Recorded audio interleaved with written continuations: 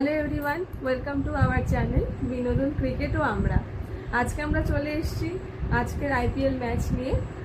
আজকের ম্যাচ দুর্দান্ত ম্যাচ হয়েছে। আমি রয়েছি রিমা, আমার সাথে রয়েছে সৌরিশ। আজকের ম্যাচে কি বলবো, ওর একদম হায়দ্রাবাদ শো ছিল। এতদিন আমরা হায়দ্রাবাদের বোলিং নিয়ে অনেক ক্রিটিসিজম করেছি, ক্রিটিসিজম দেখতেও পেয়েছি সোশ্যাল মিডিয়া থেকে শুরু করে বহু জায়গায়।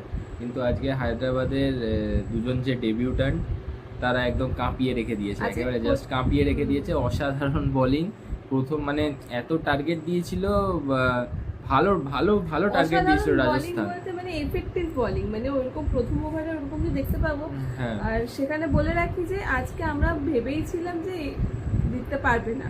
রাজস্থান রয়্যাল যেভাবে খেলছিল, যেভাবে পারফরমেন্স ছিল পুরো সিজনে, আইপিএল সিজনে যে কটা ম্যাচ খেলেছে, কোথাও গিয়ে মানে আমরা কোথাও গিয়ে শিওর শট ছিলাম আজকে ম্যাচটাও মানে টিপিক্যালি ওয়ান সাইডেড হতে চলেছে। আজকে আর রাজস্থান রয়্যালই জিতবে। আর রাজস্থানের যেরকম ব্যাটিং লাইন আপ, সেই হিসাবে দেখতে গেলে এই টার্গেটটা অবশ্যই চেজেবল। কারণ তার আগে থেকে মানে এতগুলো ম্যাচ যেভাবে খেলে এসছে, টপ অফ দ্য টেবিলে রয়েছে, তাদেরকে এইভাবে হারিয়েছে, সেটা তো একটা বিরাট ব্যাপার। কারণ হায়দ্রাবাদের বোলিং মানে তারা তাদেরকে আগে ওই জন্য ব্যাটিংই দিয়েছে, ঠিক আছে। তো তারপরেও বোলিং ডিপার্টমেন্ট যে এইভাবে কাঁপিয়ে দেবে, সেটা সেটা রাজস্থানও বুঝতে পারেনি। আসলে কোনো ক্যালকুলেশনই ছিল না, দুজনেই ডেবিউ ছিল। আর মানে মানে একদম বাজিমাত প্রথম ওভারের পর, মানে প্রথম ওভার দেখছি নাকি ওটা পুরো ম্যাচ দেখছি বুঝতে পারছিলাম না। কারণ কয়েক মিনিটের মধ্যে মানে মানে 3টে ডট 3টে উইকেট, এরকম একটা ওভার, মানে স্বপ্নের ওভার একটা বোলারের কাছে। আমার তো মনে হয় স্বপ্নের ওভার। প্রথমবারে 1 রানে মনে হয় 3 উইকেট পড়ে গেছে, আর 9 রানে ওদের 5 উইকেট পড়ে গেছিল। আরসিবি ফ্যানরা ভয় পাচ্ছিল। আমিও ভাবছিলাম, আমরা কথা বলছিলাম যে এই যে আরসিবির রেকর্ডটা না আজকে ভেঙে যায়। তো আরসিবির ফ্যানদের একটা খুব খুশির, মানে ভয় পাচ্ছিল, বললাম খুশির একটা জায়গা তৈরি হয়ে যেত যে ওদের রেকর্ডটা ভেঙে যেত। কিন্তু সেটা হয়নি আলটিমেটলি। সেখানে রবীন্দ্র জাদেজার প্রশংসা করতে হয়। রবীন্দ্র জাদেজা আর ফেরেনের যে পার্টনারশিপটা, তার জন্য রান রেটটা ওরা অনেকটাই সেভ করে নিয়েছে। হেরেছে অনেক রানেই, কিন্তু আরো আরো অনেক রানে হারতো।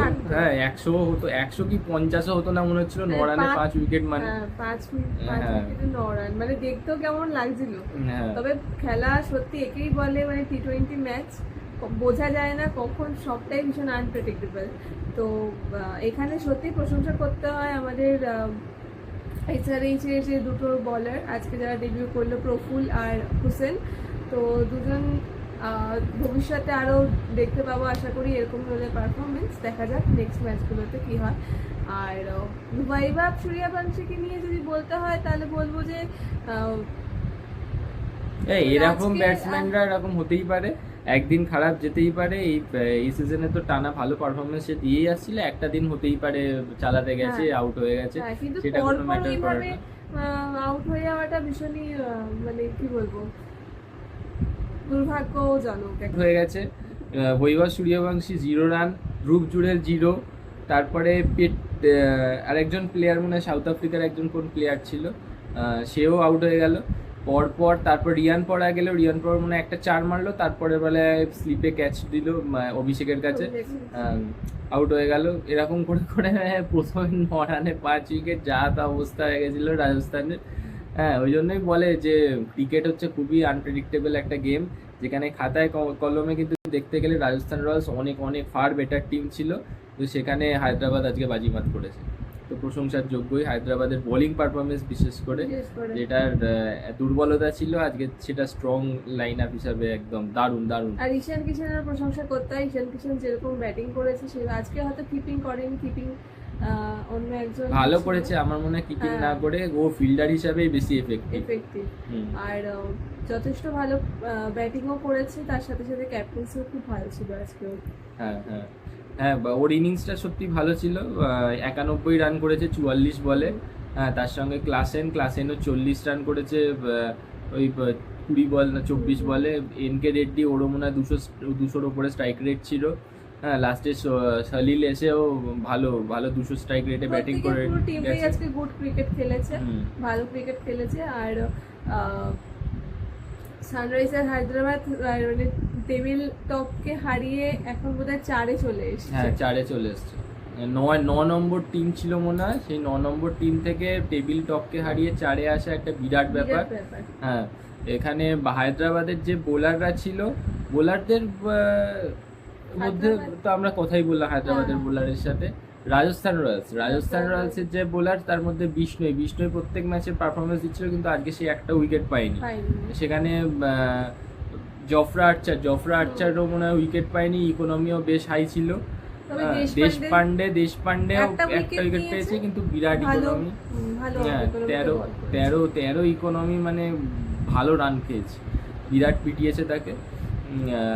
তো সেই কারণে বোলিং সেইভাবে রাজস্থানের দিক থেকে সেইভাবে ভালো হয়নি। আর হায়দ্রাবাদেরও যে রানটা করেছিল সেটা রাজস্থানের চেজেবল ছিল, যেটা বললামই। বোলিং দুর্দান্ত হওয়ার জন্য সেটা ডিফেন্ড করতে পেরেছে। এবার দেখা যাক কালকের ম্যাচে কেকেআর এর সাথে সিএসকে এর খেলা, আইপিএল জিততে পারে কিনা সেটাই দেখব। হ্যাঁ, হায়দ্রাবাদ তো কামব্যাক করেই গেল, বলা যেতেই পারে একটা সুন্দর কামব্যাক, এটা দারুণ কামব্যাক বোলিং এর জন্য। সেখানে কেকেআর এর বোলিং এরও আমাদের উইকনেস আছে, দেখা যাক বোলাররা কোনো ম্যাজিক আনে কিনা কেকেআর এর তরফ থেকে। কেকেআর এর ফ্যান্সরা খুশি হবে। আমার মনে হয় এসআরএইচ এই টিমটাকে ওরা ব্যাক করা উচিত, এই টিমটাকে। উনাদকাটকে খেলায়নি, ভালো করেছে। এই নতুন যারা ডেবিউট্যান্ট তাদেরকে খেলিয়ে তো আজকে রেজাল্ট পেলো, এবার খেলাক না, দেখুন না। প্রত্যেকদিন হয়তো তারা পারফরমেন্স দিতে পারবে না, কিন্তু আজকে যে পারফরমেন্সটা দিয়েছে সেই অনুযায়ী তো তাদেরকে খেলানোই উচিত। উনাদকাটের থেকে তো ফার বেটার। হ্যাঁ, যাই হোক, তো দেখা যাক কালকের ম্যাচে কি হয়, কেকেআর উঠে আসে কিনা। দুটো একদম লাস্টের টিমের সিএসকে আর কেকেআর এর সাথে খেলা। ঠিক আছে, কালকের ম্যাচ যেরকমই হোক, আশা করি ক্রিকেট প্রেমীদের খুবই এনজয় হবে তারা। আর কি আজকে তাহলে এইটুকুই রইলো। দেখা হচ্ছে পরে একটা ভিডিওতে। আপনাদের যদি কিছু মতামত থেকে থাকে আপনারা কমেন্ট করে জানাতে পারেন। আর আমাদের মতো যদি আপনারাও ক্রিকেট প্রেমী হয়ে থাকেন, আমাদের ভিডিওটা পারলে শেয়ার করে দেবেন এবং লাইক করে দেবেন। Thank you, good night.